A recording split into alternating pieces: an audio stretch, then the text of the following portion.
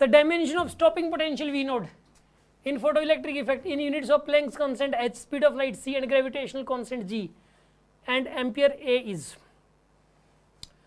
सुनो आप ध्यान से, इसमें ना कई बच्चे क्या सोचते हैं सर स्टॉपिंग पोटेंशियल, ये क्या हो गया सर, हमें तो आते ही नहीं सर स्टॉपिंग पोटेंशियल, तो ये फोटो इलेक्ट्रिक इफेक्ट में आता है, फोटो इलेक्ट्रिक इफेक्ट पढ़ोगे तो हो जाएगा सर, ये फोटो इलेक्ट्रिक इफेक्ट भी नहीं पता क्या है, कोई बात नहीं। प्लैंक्स कांस्टेंट ये तो चलो पता है इक्वल टू एच न्यू, ठीक है ये तो बोलते ही, लेकिन है ना स्टॉपिंग पोटेंशियल कुछ नहीं है। देखो पोटेंशियल हो चाहे स्टॉपिंग पोटेंशियल एक ही बात है। और मैंने आपको कहा था कि चाहे वोल्टेज हो, चाहे पोटेंशियल हो, चाहे स्टॉपिंग पोटेंशियल हो, चाहे ईएमएफ ऑफ द बैटरी हो, सबकी डायमेंशन सेम होती है, ये कहा था मैंने, ठीक है। और क्या होती है उसकी डायमेंशन, कैसे निकालें? बिल्कुल स्टॉपिंग पोटेंशियल, देखो पोटेंशियल की डेफिनेशन पे आ जाओ कि work done in carrying a 1 coulomb charge, ठीक है, यानी कि क्यू, या फिर एक काम करो एनर्जी उससे कर लो ना, U is equals to Q into V, ये फॉर्मूला बताया था मैंने। ये U क्या है यहाँ पे, एनर्जी है, Q क्या है यहाँ पे, चार्ज है, और V क्या है यहाँ पे, पोटेंशियल है। ये वाला फॉर्मूला मैंने पिछली बार भी कहा था, इसको याद कर लो। ये पोटेंशियल और पोटेंशियल एनर्जी में रिलेशन है, पोटेंशियल और पोटेंशियल रिलेशन है। अब मानोगे नहीं मैं इसको कितना अच्छे से समझाऊंगा, जब इलेक्ट्रो में भी और ग्रेविटेशन में 2 बार आएगा, ये दोनों में ही मैं इसको कितना अच्छे से समझाने वाला हूँ। लेकिन फिलहाल आप याद कर लो इस चीज़ को कि पोटेंशियल और पोटेंशियल एनर्जी में रिलेशन, फिलहाल आपको ये रिलेशन याद करना है, एनर्जी पोटेंशियल और पोटेंशियल एनर्जी के अंदर ये रिलेशन आपको याद करना है। अच्छा अब सुन लो, चार्ज होता है 80। अच्छा अब सुन लो, अब कैसे करोगे बताइए आप, अब आगे सोल्व करना है इसको।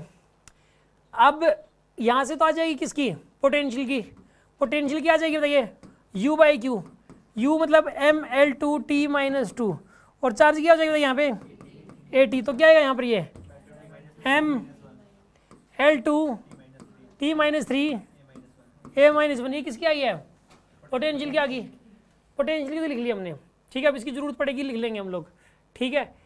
अच्छा प्लैंक्स कांस्टेंट की आ जाएगी E equal to H nu से, तो H की क्या आएगी बताइए E बाई न्यू, E क्या होता है बताइए mL2t-2 डिवाइडेड बाई में t-1, क्या आएगा यहाँ पर ये mL2t-1 आ जाएगा आपके पास। अच्छा स्पीड ऑफ लाइट पता है यार, लाइट चाहे किसी की भी स्पीड L-1 होता है, स्पीड ऑफ लाइट को C से डिनोट करते हैं, क्या होती है यहाँ पर ये। अच्छा ग्रेविटेशनल कांस्टेंट क्या होता है बताइए, बिल्कुल वहाँ से आ जाएगा इक्वल टू gm1m2/r² से आ जाएगा। जैसे ही ये यूनिवर्सल ग्रेविटेशनल कांस्टेंट सुनाई देता है तो तुरंत ये फॉर्मूला याद आ जाता है। तो जी की क्या हो जाएगी यहाँ पे FR² डिवाइडेड बाई में m1m2, मतलब mLt-2 L2 डिवाइडेड बाई में m2। देखो पहली बात तो यहाँ पे आएगा m-1 L3t-2, पहले नंबर पे तो ऐसा यार कि ये सारी डायमेंशन आपको पता होनी चाहिए, अगर ये डायमेंशन नहीं पता तो ये क्वेश्चन हो ही नहीं पाएगा। समझ आ गई बात आपको, ये डायमेंशन तो सारी की सारी आपको पता होना जरूरी है। अब मैं काम कर रहा हूँ, अभी इस क्वेश्चन को सोल्व करके दिखा रहा हूँ प्रॉपरली, ठीक है। ये डायमेंशन आपने लिखनी होगी, भी पूछने वाला हूँ मैं आपसे दोबारा से।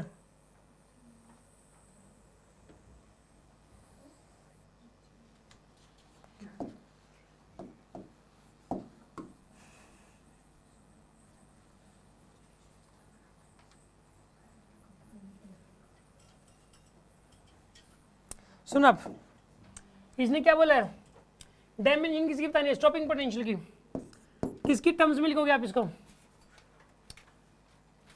प्लैंक्स कांस्टेंट h की power x, speed of light इसकी पावर y, और तीसरा क्या था ग्रेविटेशनल कांस्टेंट की पावर z, और एम्पियर की पावर p, मान लो यार एम्पियर की पावर को, p की वैल्यू भी निकालनी है आपको, ठीक है। ये क्या था बताइए, v स्टॉपिंग पोटेंशियल लिखी थी ना हमने, इसकी डायमेंशन क्या लिखी थी बताइए, इसकी डायमेंशन अभी लिख देते हैं, बोलना दोबारा से mL2t-3 a-1, h की mL2t-1 इसकी पावर x, फिर बताइए स्पीड ऑफ लाइट की L-1 की पावर y, और g की m-1 L3t-2 इसकी पावर z।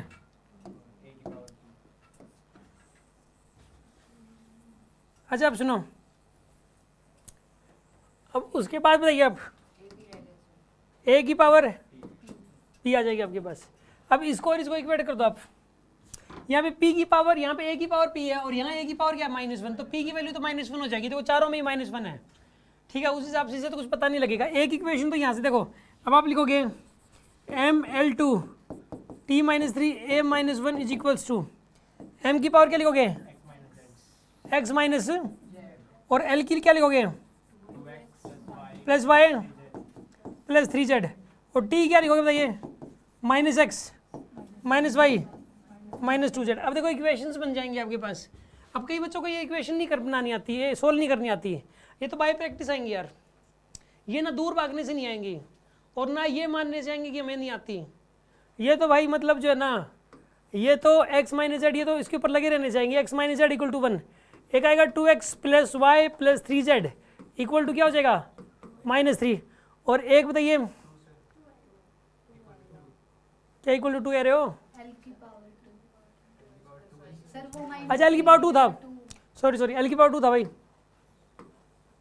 एल की पावर क्या था यहाँ पे 2 था। और उसके बाद बताइए आप -x -y -2z, इसकी वैल्यू क्या आएगी -3 आएगा यहाँ पे।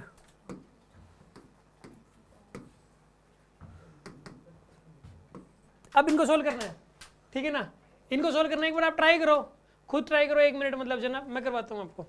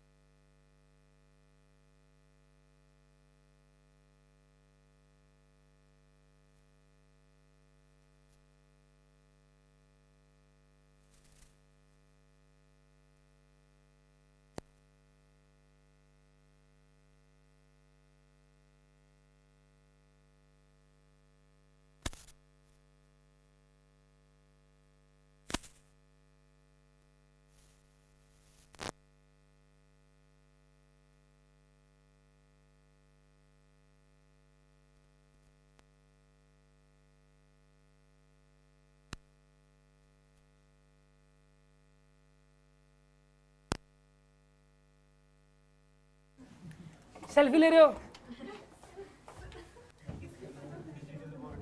हाँ जी, देखिए आप, फिर ये डालेगी उसके ऊपर status teaching eight physics point, पीछे बोर्ड है ही। देखो सुनो, इसके अंदर जो है ना, यहाँ पर आप ऐसा करो कि इसके अंदर जो है ना इक्वेट कर दो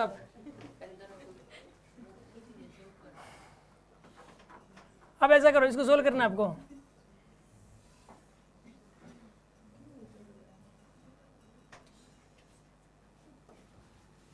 देखिए इसको सोल्व करते हैं अपन।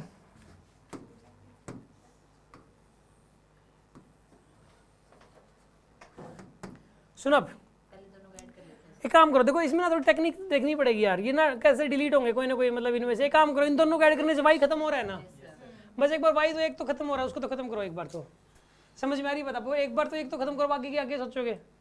समझ आ रही बात आपको? आगे कुछ नहीं पता, मुझे भी नहीं पता लग रहा क्या हो रहा है, दूर तक का कभी नहीं पता लगेगा। अगर समझ ना आए करना क्या है, तो पहले जहां तक समझ आ रहा है वहां तो पहुंचो आप, उसके आगे क्या करना अपने आप दिख जाएगा आपको, ठीक है ना।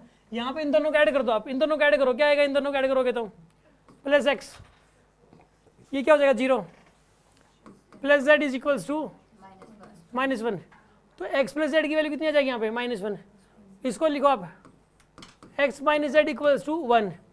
यहाँ पे इसको कैंसिल कर दो, कितना आएगा यहाँ पर? ये तो x इक्वल टू 0, एक्स की वैल्यू कितनी आएगी यहाँ पे? 0 के बराबर आएगी एक्स की वैल्यू, तो एक्स की वैल्यू तो 0 के बराबर आ जाएगी यहाँ पे। जेड की वैल्यू किसके बराबर आएगी यहाँ पे? -1 के बराबर। इसमें पुट कर दो एक्स की वैल्यू 0, तो जेड की वैल्यू कितनी आ जाएगी यहाँ से? -1, ठीक है।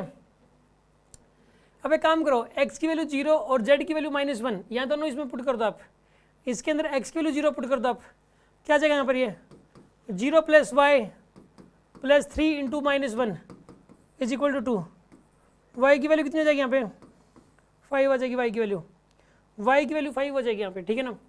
तो इस प्रकार y की वैल्यू आ गई, z की वैल्यू आ गई, x की वैल्यू आ गई। यार और क्या चाहिए बताओ? देखो इसके अंदर सोल्व कर लोगे ना, क्या आंसर मैच कर रहा है इसके अंदर? ये ऑप्शन ही मैच कर रहा है। समझ में आ गई होगी बात आपको?